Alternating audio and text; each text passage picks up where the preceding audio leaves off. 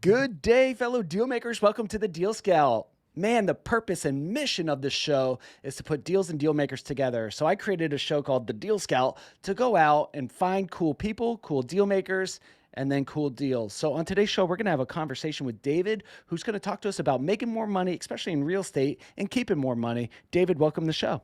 Thank you so much for having me, Josh. It's an honor to be here. Yeah, dudes. All right. So I kind of gave a little, let the cat out of the bag just a little bit, but why don't you tell us a little bit about who you are and what you do?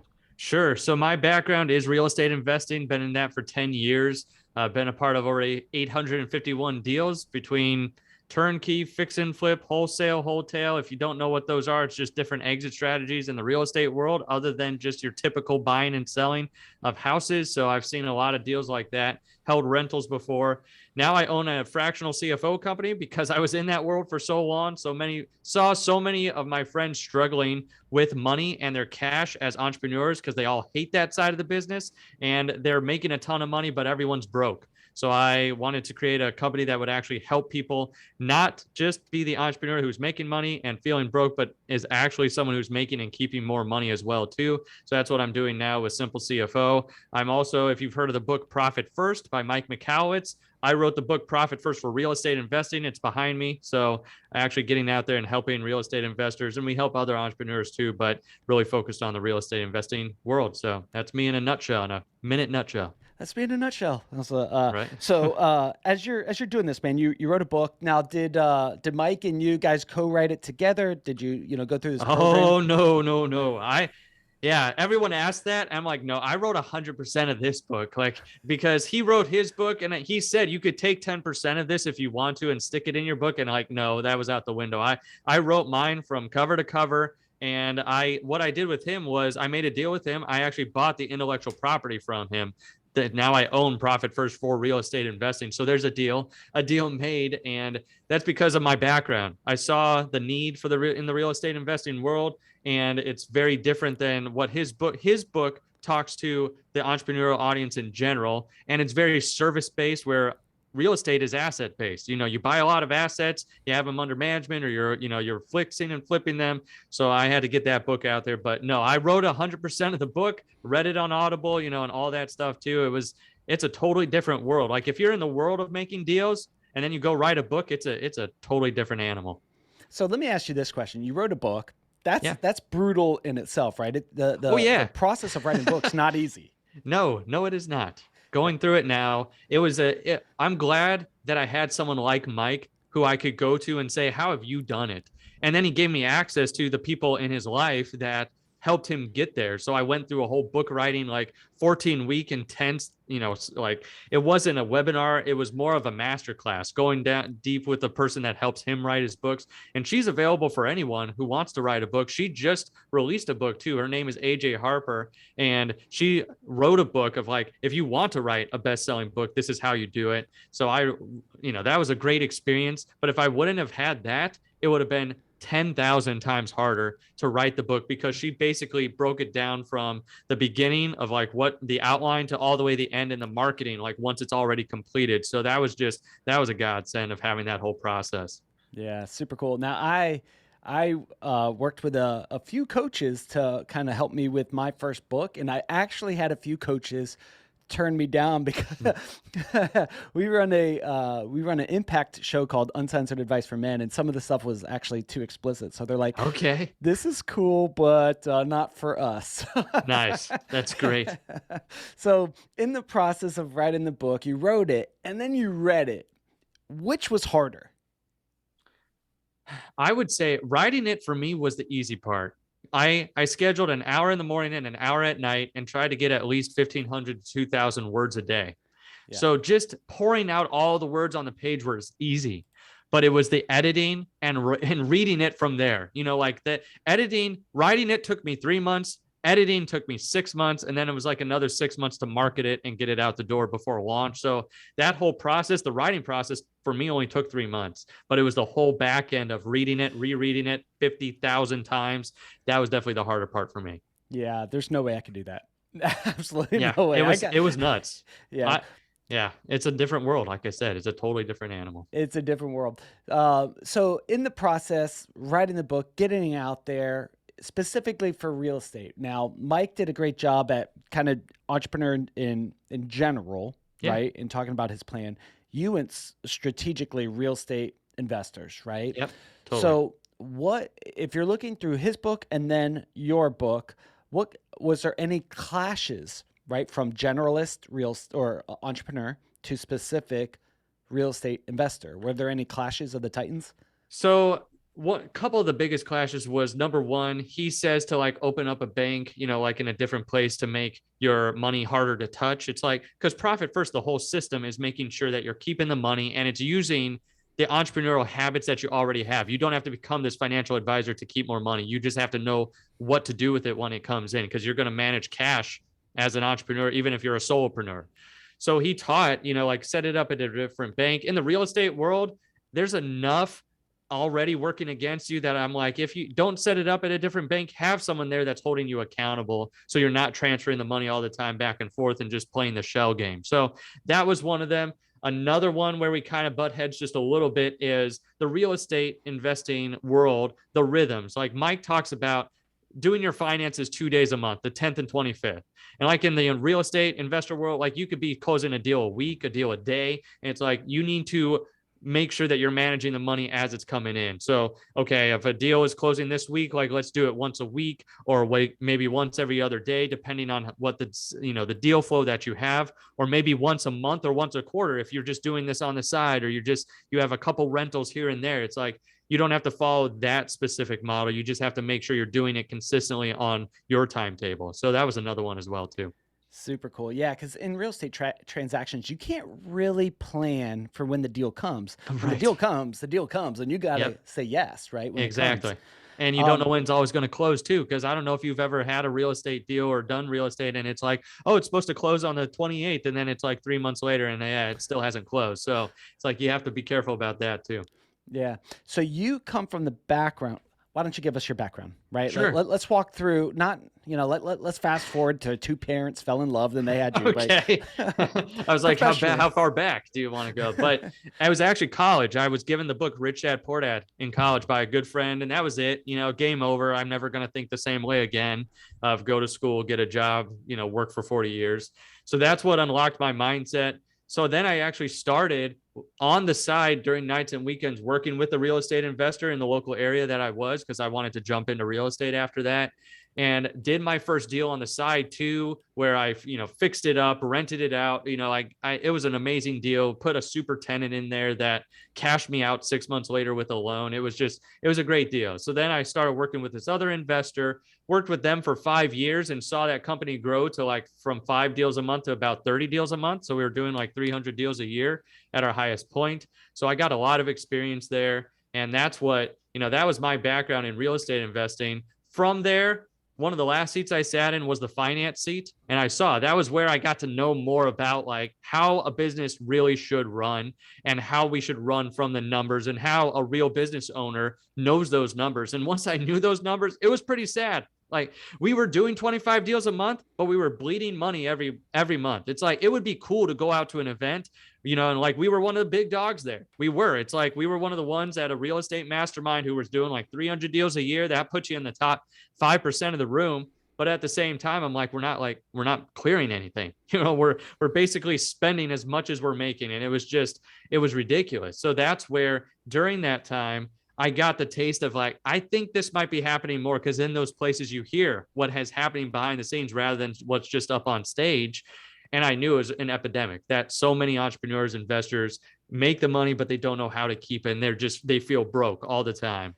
That's what kind of launched me. That was the first catalyst of like, I think this could be an opportunity to help people. Then there were several things that happened from there, but I'm not sure how far down do you want me to tell the whole story of like what got me to where I am today and like actually helping the entrepreneurs, Josh? Yeah, because I think that's important, right? When we do business, right? You might do a deal here and there for someone, but when like me, I like to focus on a relationship. If I'm going Yeah. to invest in a relationship, I want to do 100 deals with that person over our lifetime. Yep. I want our kids to grow up. I want to do a lot of deals rather than that turn and burn of a new deal and a new deal maker. Right. I want the lifetime value of my relationship to be long. So with that, people do business with people they know, like, and trust. So I'd like to hear that opportunity of hearing your story, and then for my audience as well. So go for it, man. Time is So yours. then I was going to say, because I could keep going, because then from there, after 5 years working with them, like something had to change. So there wasn't, there wasn't enough coming in for the business. And at that time, I had done deals on the side, and like the company was really good to me. They let me buy deals from them, and like I was able to either wholesale them or rent, put rentals up. So I had my own little rental portfolio as well too, which was awesome. But then I sold everything and moved across the country after 5 years up there, because I wanted to, like we had some financial freedom, like what real estate is actually supposed to provide you. So we moved across the country, lived closer to family, but then I started working with another investor. And after that experience with that company, with the finances, the first thing I asked this new investor was, let me look at your numbers. Like now I want to look at this like a true investor would look at, like acquiring a business almost. So I said, let me look at your numbers. So I dove in. They're an absolute mess. It's an absolute nightmare, just like most people's finances. And I said, we got to clean this up. Like you can't be running the business without knowing the numbers. It's going to give you a lot of clarity, insight. And so we did for the next 3 months, like went in there, cleaned up everything with the team. And after that, it turns out he had a little portfolio of properties. He was able to refinance the properties because he was like super under leveraged on them. He was only into the properties about 30%, meaning he had 70% of equity stored in these properties that he had not tapped into. And that's where all his money was. He kept asking me during this time, where's all my money? Like, I don't know where my money is. Well, once he had clarity there, he saw exactly where his money was. It was dumped into all these properties. So he refinanced out, got several $100,000 worth back in his pocket to do whatever he wanted with it. And that's where he said, like, this has been life-changing, transformative. Like, I just knowing these numbers, knowing what I have to spend every month, knowing where my money was sitting, like just having that power to be able to do these and make these decisions was business changing for him. We also made sure he was paying himself, because before that, he wasn't even paying himself Right? as the owner. And he's like, why am I doing all of this? Where's my money going? And I'm not getting any benefit. So after all that changed, that was the second light bulb moment for me, was this can be life-changing for entrepreneurs. That was the spark that started what I now run today as Simple CFO, which is a fractional CFO company. So I started with, at that time too, I had a mentor. I've had mentors my whole life. And at that point, I told someone like, hey, this is what I did with him. I'd love to do this with other investors. What do you think of that as a business? And my mentor said, that sounds great, but you need to read the book Profit First. And I said, okay. So I read that, took 10 pages of notes, read it in one evening, the audio book, and said, this is great. This is it. This is the framework that I want to use as part of what I set up. This will be the cash flow system of what we roll out with people. So then after I started the business, I used Profit First as the cash flow system. We had our other things that we did as well too with investors. And that's where about a year of that, of seeing it work over and over and over and over again with real estate investors and the entrepreneurs we were working with, that's when I went to Mike and said, hey, I've been implementing Profit First. It's been going great. Like people are actually paying themselves now, getting out of debt, like not stressed out all the time, like able to actually enjoy vacations. Like this is awesome. But there's a big difference with some of these things between what you wrote in the real estate investing world. Could I write the book? And that's where we struck that deal. And I bought that intellectual property from him, wrote the book. And now that's what we're at. That's why I get on these podcasts, because I don't like people living deal to deal in the real estate world or in their rat race if they're an entrepreneur. Like there's no reason to be there. It's just a set of habits that we've had up to this point that put us in that position. And then it's like, there's a better set of habits that wealthy people have that we can incorporate into our lives and into our businesses and set up these systems. And that's why I wanted to get that out there. And that's why, there we go. Fast forward to today. Now I'm on this podcast telling the world about, like, please don't live there anymore. You don't have to do that. So there you go. There's the overview of where I've come from to where I am now. David, I might have screwed up. I didn't hit record. You might have to do that. I'm just kidding with you. That would I could do it all over again. That's fine. I'll get fired up again. So. Dude, awesome, man. 2 books changed your life with a mentor on top, right? Yes. Rich Dad, Poor Dad. Awesome book. Changes. I mean, I think if you asked 90, 100 entrepreneurs, they would say one of the books, if they're, living today and right now, they would say Rich Dad, Poor Dad, right? Oh yeah. The quadrants, the rat race, all this other stuff. And then Profit First, I would say, is definitely one of the top entrepreneurial books, because I might be making a lot of money, but the law of the Parkinson, what's it called? Yep. Parkinson's law. Yeah, the more money you make, the more money I spend for some reason. Exactly. Right. Yep. More money, more problems. Yep. Right. So you took these two books, kind of bundled it together and created it sounds, now don't take offense to this, simple CFO, right? It kind of sounds like an oxymoron, right? Like Right. CFO, man, it is a complex thing. There's complicated laws. Each state has their own thing. I'm running deal by deal. Each deal's different. There's, like, so what do we need to do? More deals, right? That's how we survive. Right. Exactly. Talk to us about what are three things that entrepreneurs or real estate investors are doing wrong that you're like, bro or lady, you got to change these things right now in your business. What are three things? One is having one big bank account where all money goes in, all money goes out, and it's just a cash salad all the time that you're tossing. You have no idea. You just, like he said, more money comes in, the more money goes out. And the bigger you get, the more you spend. And then you're like, why am I doing this? So that would be one thing, because that doesn't give you clarity in your finances, and you feel stressed out because you're like, can I even take money out for myself? Or, like there's an IRS bill due. I have no idea where that money's coming from. So don't have just one big bank account. That was one big mistake. Second thing would be like, don't steal from yourself. Like if you do set up a system, don't make sure that you're not stealing from one entity to the other. Or like if you have a system set up for profitability, don't be always stealing from yourself. And please separate personal and business. Like don't be stealing and dipping back and forth, because then if you go to court, that'll be a huge mess that you'll have on your hands, because it'll look like there's no business set up and no structure there that's there to protect you. So make sure you're not mixing personal and business. And then another thing that I would say a lot of people do is they abdicate the numbers. They say, I don't like the numbers, the finances. Please, Mr. or Miss Bookkeeper, take it from me, or CPA or financial person. I don't want to think about this for another year until it's tax time. Just please take this away from me. While I don't want you to be the bookkeeper or the financial person, you need to know those numbers in order to put the power back into your hands. That's where, if you want to, our favorite shows as entrepreneurs, right? Shark Tank, The Profit, things like that. What do they always ask about? They don't care about your emotional project or how you do or what it is. They care about how many sales you have. They care about your numbers. They care about your click, cost per click. They care about the marketing numbers. They care about that stuff. That's how it is in your business. Because if you just think, oh, I'll just think about this next year, you're just running a side hustle. You're just running from deal to deal. You're not becoming that true business owner. So those would be three big mistakes I would stay away from if you're an entrepreneur in general or a real estate investor. Super cool. So, all right, me, you, Marcus Lemonis from The Profit, sitting down at a coffee table, and he preaches people, product, process, right? Like that's his jam. Yeah. And I had a mentor give me a homework assignment, and he said, you must watch all of Marcus Lemonis' stuff. So I did, right? So we're sitting down having a cup of coffee, and he asked, and we're looking at a business together, and he's talking about people, product, process. When should an entrepreneur, if an entrepreneur comes up to the table, when should they lean on you for which of those or all of those? Like how best to lean on a simple CFO like you? I would say the money touches all three aspects of that.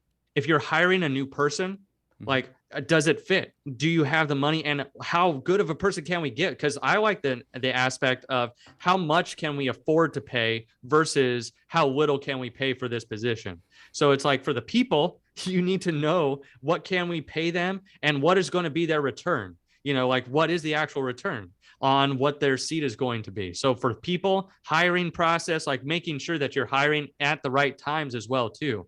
It's like, are we trying to grow too fast, or do we need an influx of cash to hire the right people to serve all of these things that just came in, all these deals in the door, all these closings or whatever it might be.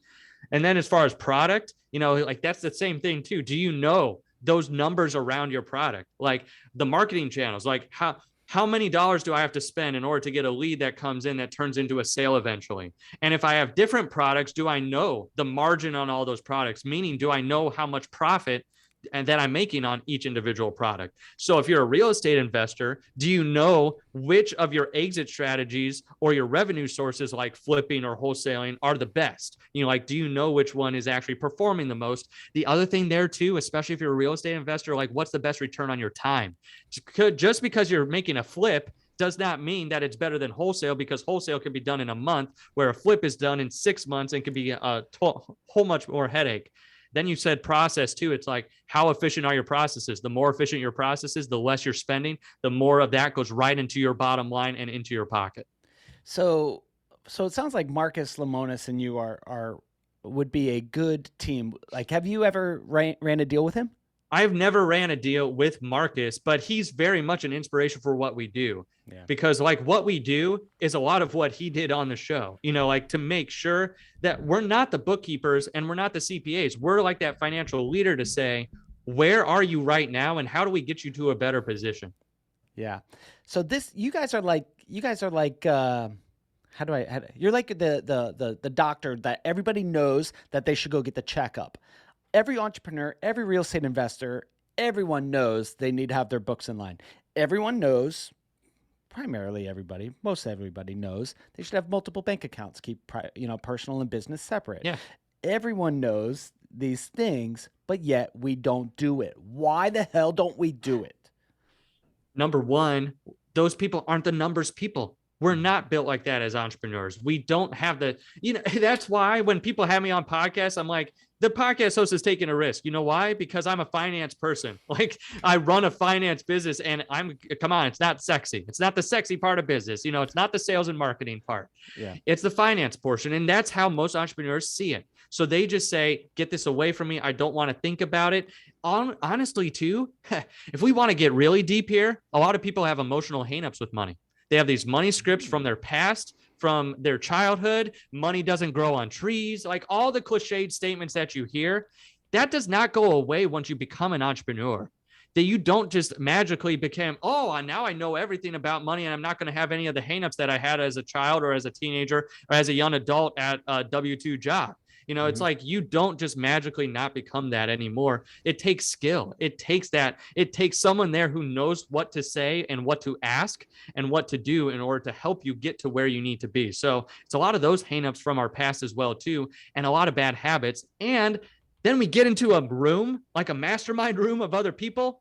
And if they don't have the habits of the wealthy, then it's just the blind leading the blind. And you're like, you know what? I'm spending this much. I'm spending that. It's like, okay, we're focused on the wrong thing here. Or like, hey, I made 7 figures this year. Great. How much of that did you keep? It's like now we're asking the real question. So that's why I feel like a lot of people are stuck, because they're not the numbers people and they've got hangups from their past.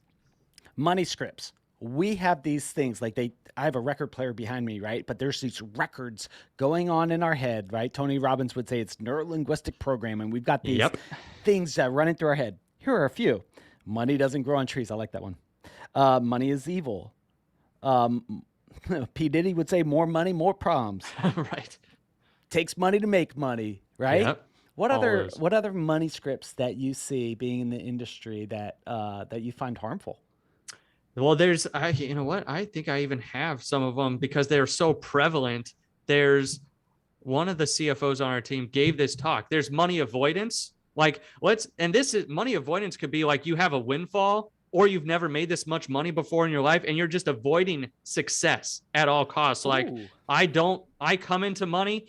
We see this in the real estate investing world all the time. It's almost like their ceiling has never been broken of how much they've made. And it's like they go to that ceiling and I've made this much and now I'm making more, but then they like shut down to where they're comfortable. So they avoid money and they avoid the conversations and they're like, I go back to where I'm comfortable.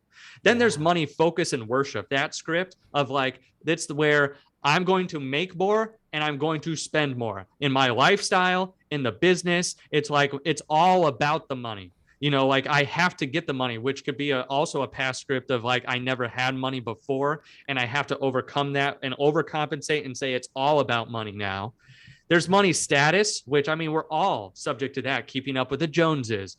They earn more than they, like they spend more than they actually make because they have to feel like they are part of the club, the good old boys club or the good girls club. Like I got to get in that club of people that are awesome and wealthy and rich. They they're the ones that say revenue over profit. Like, I don't care how much I'm making. I just, or how much I'm keeping. I just care about how much I could tell other people. They're showy and flashy. This might be like the people you see with the Lamborghinis. Nothing against those people, but they have to show it off. It's like it's like Instagram. If you don't Instagram, it didn't happen, right? It's like that's the money status type thing.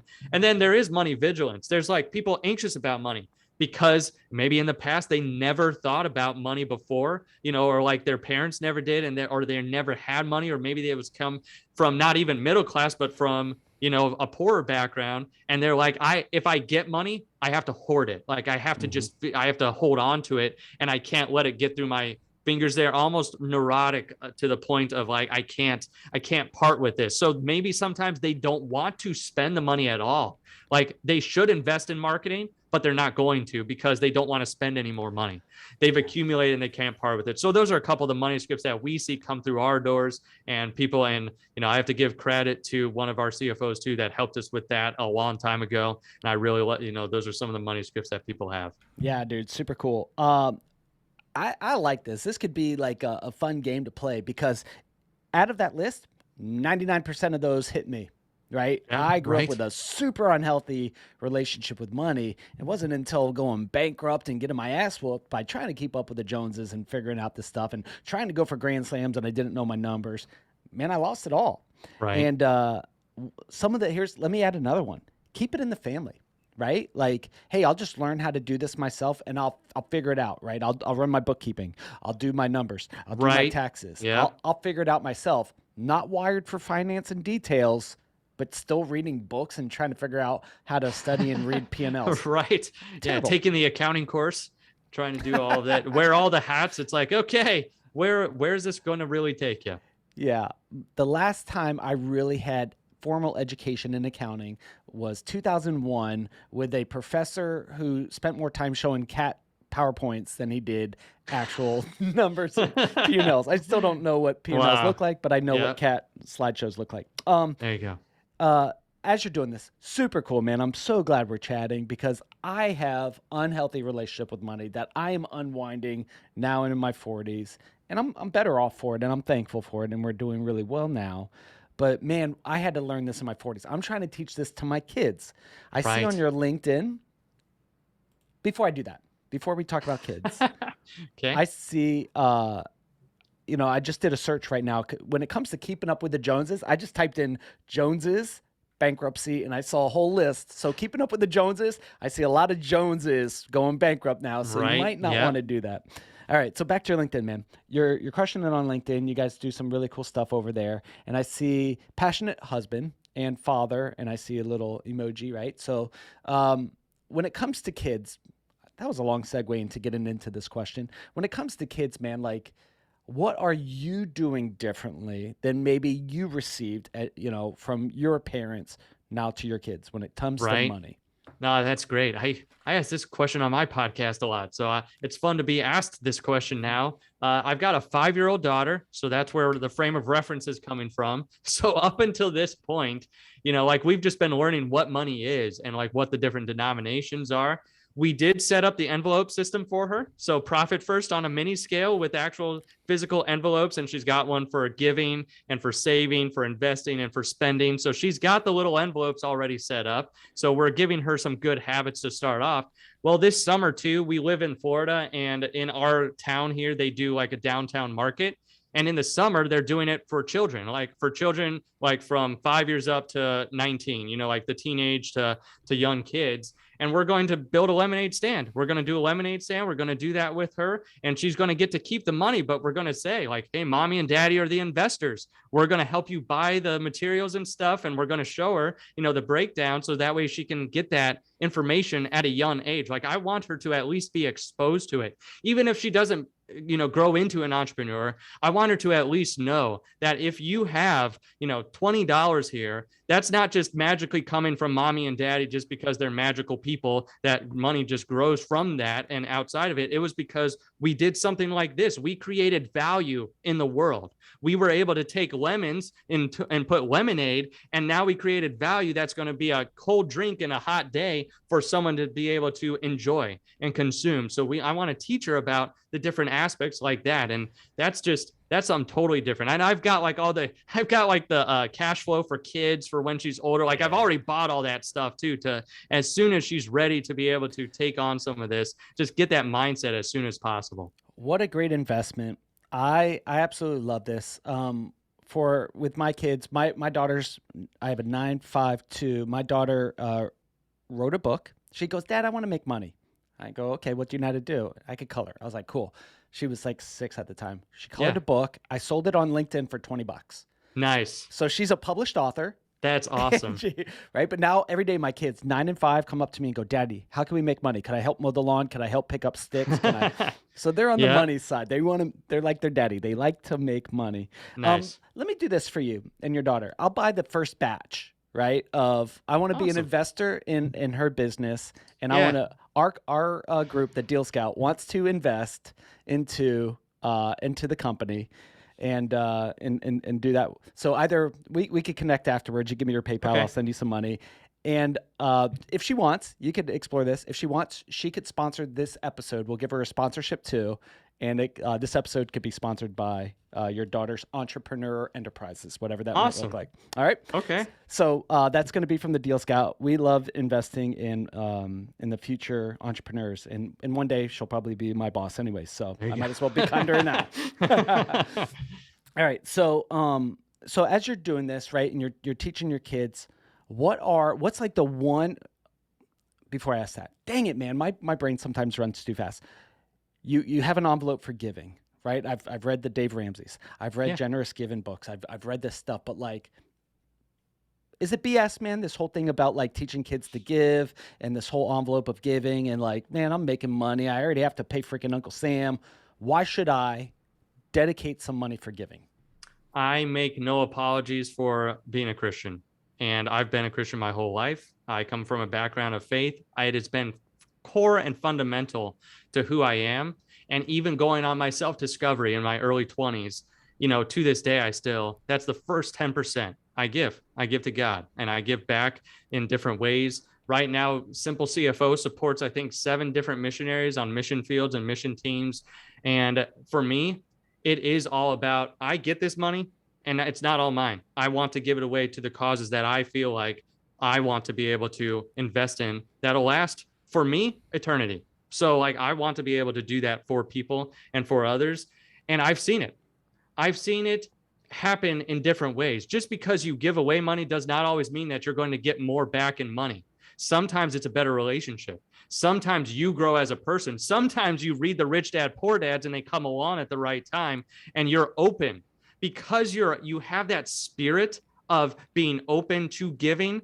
It's incredible when the things come along, like you are that student, the teacher comes along and you're ready and you're open for that. Your hands are open and not closed. And if you have them open all the time, you're going to be ready for whatever the world wants to give you or whatever is coming along for your path. So I believe in it 100%. I'm never going to stop doing it. I've got crazy big goals for the future too. Like I want to give away $1 million a year. Like that's one of the things that I want to be doing like this. So you probably asked the wrong person, because I'm like on the way far extreme side of like, I want to give as much as I humanly can in this lifetime before I pass on.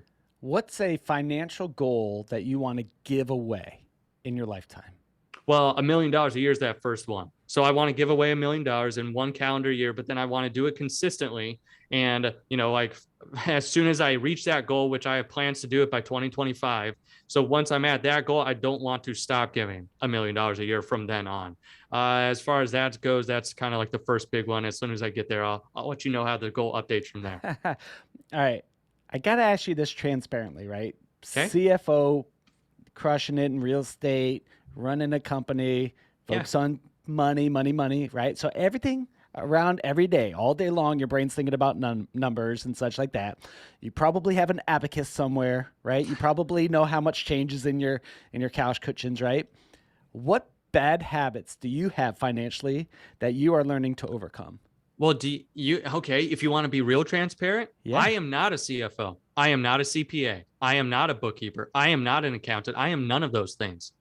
I am dangerous enough to know what the power of those numbers are. And we've got 30 CFOs on the team who are much smarter than me when it comes to finances and helping people and getting them where they want to be. What I know is how horrible it feels as a entrepreneur and a human being to be making money and not have anything to show for it.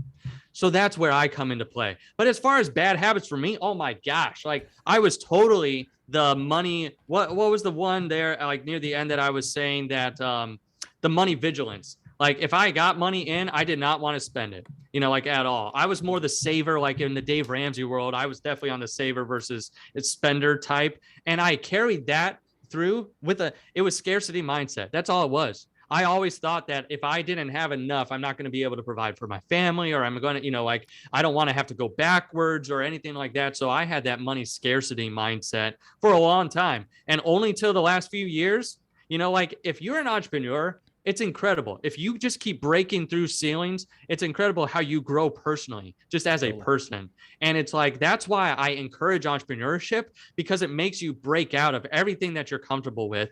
And for me, a big one was money. Like that, I love that I started this business because it helped me as well too. From the very beginning, break through some of my ceilings. And now I have a CFO on our team that looks at our finances and makes sure that they're keeping me on track as well too, because I don't want to be stuck in those bad past habits that I had, like around all of that. So there you go. There's full transparency on this episode. Yeah. Whoa, whoa, whoa. We're talking about accountability. You have a CFO who takes a look at your numbers, right? At times that could be embarrassing, right? Like big time. Look how messy I am, right? I have receipts just like piled up on, on that cabinet, right? Like having a CFO, man, that's a whole new level of accountability, isn't it? It really is. And we understand that. Yeah. So many people have been talked down to or talked over when it comes to a financial person, whether it's a bookkeeper, CPA who thinks they're God's gift, earth and people, it's like, that's where in our company and our culture, we know that it can be very intimidating to talk about numbers, very emotional to talk about money. So we are always there. Yes, we want to hold accountable, but it's ultimately for what you want. You want that financial freedom at the end of the day and the end of the year and like for your life. So it's like, if we frame that in our conversations, it's a lot easier to talk about the money. And we talk about like, oh my gosh, we've got some clients where it's like husband and wife are on the team and husband thinks this way, mother, mom, and the wife thinks the other way. And it's like, they're not going, it's like, sometimes it's almost just refereeing between those two and the different scripts they're both bringing to the conversation. And it's like, just making sure that we help them walk through that. So yeah, we get that all the time, but we try and just help people wherever they are. Yeah. So while you guys are coming on board, you're not a CFO. How did you get the idea that you got this bug up your ass one day? You're like, I'm going to start a CFO company, right? Like, that seems so far out of like left field, because high visionary, I assume, right? Yes. You seem extroverted. You seem like a dreamer. You seem like that you're good at deals and you're good at sales, probably in marketing. Massive side of weakness, you said, is the finance side. It scared you. Why'd you dive into that fear and go, might as well start a finance company, right? I've always liked the Rich Dad, Poor Dad books and the Dave Ramsey books. And I've always clung to that of like, people need this. I'm glad I had that inside of me to be able to like get a good foundation for myself, where even though I had some bad scripts running, it was still scripts enough that I wasn't like freaking out all the time. Yeah. So I felt like, okay, I helped this first investor, like with that money and being able to pull from his properties and, like him saying, this has been a life-changing experience. That was really of like, okay, this is almost a mission now of like, I want other people to realize what the finances unlock. And then he was the one that suggested you should call it Simple CFO. Like you should call it that. He said, you're more like a financial leader. People know what CFO is, and it's different than bookkeeper and CPA. And, it's like, it has that air of, I'm going to come in and help you with the numbers and with the finances, but from, more the GPS side than the rear view mirror, like the bookkeepers and accountants and CPA. So I was like, I like that. That makes sense. So that's why I started it and why the name. And from the very beginning, because I wanted to also redefine CFO as well too. I don't want it to just be this person in an ivory tower somewhere that only rich entrepreneurs get to work with. That's why we created a fractional company too, like from people doing just a couple deals a year. We have like one client who's doing 5 deals a year, but he has literally done enough deals this year and with his system that he could take off the rest of this year, the rest 6 months, and he would be totally okay. Like he's has enough for himself, for his business and everything after working with it. It's just like, that's the type of stuff now that excites me. That's now why I kept it going as well too. And why we just keep growing, because we see these types of results for people. And it's almost like having Marcus Lemonis on your team to say, this is what you should stop doing and stop spending money on. And like, this is what we should start focusing on in order to increase what you want to be putting in your pocket. All right. Awesome. Are you any good at Monopoly, but the game? I would say yes. Just no one ever plays with me.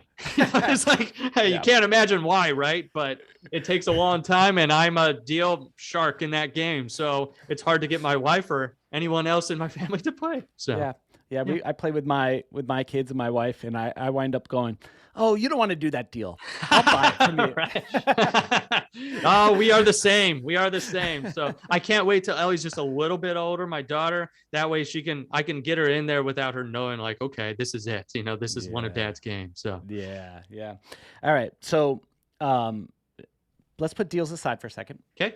And let's talk about like future goals for, personal life. Like, what are some personal accomplishments do you want to accomplish? You mentioned $1 million a year by 2025. So that's a little bit, deals and such like that. But like, what other like personal goals that's the giveaway? What about for you? Like Lamborghini, you want to go fly to the moon, put your name on the moon or something? Like, what's a big aspiration for you?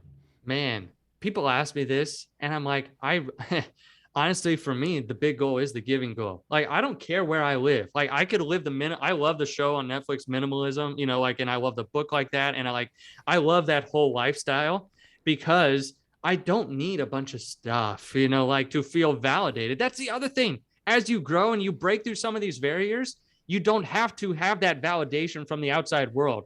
Like, honestly, this stuff behind me, if you can see this on YouTube or whatever, it's like a very nice bookshelf, very put together. If my wife would not have put this up, there would be absolutely nothing behind me but a wall. It's like, I don't care as much anymore what people think or what they think I should be doing.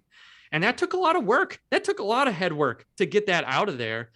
But I would say, like, what do I want to do? I love to travel with my family. So like taking months off at a time just to be away, like from everything and going in deep with them and really helping and, being a part of that, of the unit. I love being a dad. So it's like, hey, I went, swimming with my daughter a couple days this week in a row because she absolutely loves that, and as a 5-year-old, she's just like a fish in there. So it's like, those are the types of things that I love doing. So my big aspirational goal is to be a great husband, be a great father, to look back on my life and have no regrets, like in the movie, whatever that is, where it's like with the misspelled letter, I've got no regrets, like with the A on it. I forgot what it is, like we're the Millers or something. But cool. Like the guy has a tattoo on his chest and it says regrets and it has an A in the middle. He's like, and then the other guy's like, do you have any regrets? Not even one letter. It's like, I don't want anything at the end of my life to be, that regret. So that's what I'm looking for, is like, how can I make today successful? And then I've got the big goals for giving and such. And that's what drives me every morning and every day and every week. And when it gets hard in the business or when it gets hard with my family and all that stuff, because I go through normal things, it's like, that's what brings me back to center. So there you go. I appreciate you sharing that. Hypothetically, if we did get a tattoo together, what tattoo would you get? We crushed this huge deal, you and I. We freed 1 million people from debt and, took 1 million I would people. say Josh Wilson right across my chest or something. There you go. Yeah, that's what I would put on there. Dude, we did that. Super cool. All right. So you have a podcast show. Give a shout out to your podcast show and tell people about it. So Profit First for Real Estate Investing is the name of the show. The Profit First REI show. It's real easy if you look it up on the wherever you can find podcasts, because that's where it is. And we talk about, guess what? Profit first in the real estate investing world. We have a lot of other guests come on to talk about their journey and, like from people's low points to their high points, how they've struggled with money. I'm trying to get them talk, the conversation around money started, let's get it started. Let's start talking about, so we can actually know that other people struggle with it just like we do, but then they also overcome it too with some good habits. So that's the show, Profit First REI. Sweet. And what we could do is we could put all those links in the show notes. So you Cool. fellow deal makers out there, and you're like, especially your real estate guys and gals who are like, I got to get that next commission, got to chase that commission, what do they call it? Commission breath, right? Where you're Yep. constantly pushing for that next deal because you got to keep your lights on. This might be a good show for you to listen into. So David, as you're building, growing, we're doing this interview. You've shared some amazing golden nuggets and also some personal stories.